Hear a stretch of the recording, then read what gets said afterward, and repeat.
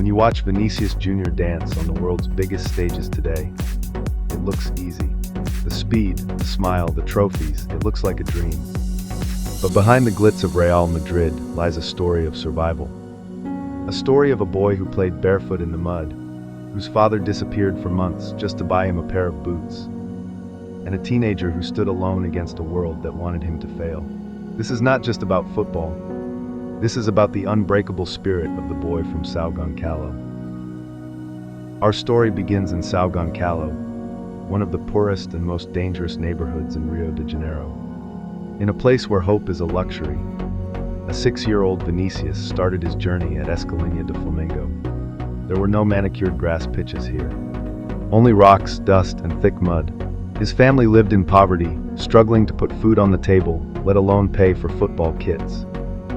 Often, Vini played with nothing but his bare feet and a dream to take his family out of the favela. But that mud didn't stop him, it forged him. At age 10, his talent was undeniable. He was invited to train at Flamengo's main academy. But there was a massive problem: distance. To get to training, Vini had to endure a 5-hour round trip on the bus every single day. For a young child, this was physical torture. To fund this, his father made the ultimate sacrifice. He left the family and moved thousands of miles away to São Paulo to find grueling manual labor. He worked until his hands bled, so he could send money back for Vini's bus fares and boots. Vini spent months without seeing his father. He lived with his uncle to be closer to training, battling loneliness and homesickness every night. The pain of being apart from his parents was the hardest tackle he ever had to face. At 16, the world changed. Real Madrid paid 45 million euros for a boy who hadn't even played a full pro season. But the dream move quickly turned into a nightmare. In Spain, he became a laughingstock. The media called him a failure. Fans mocked his finishing, saying he couldn't hit water from a boat. Even his own supporters whistled at him. Then came the darkness of racism. In stadium after stadium, thousands of people aimed monkey chants and slurs at him. Most players would have walked away. Most would have broken. But Vini, he chose to fight.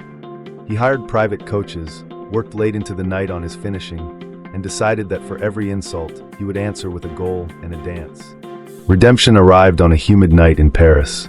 When Vinícius tapped the ball into the net in the Champions League final, it wasn't just a goal. It was the answer to every critic. It was a gift to the father who worked in the heat of São Paulo. It was a victory for every kid in São Gonçalo.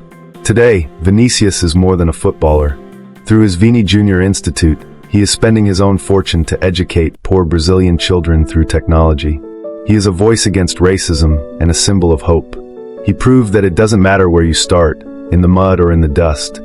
If you have the heart of a lion, the world will eventually have to stop and watch you dance. Vinícius Jr.'s story is a reminder to all of us. Life will hit you. People will doubt you. The road will be long.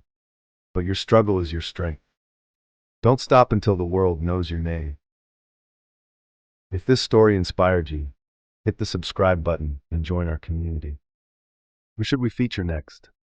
Let us know in the comments. Thanks for watching.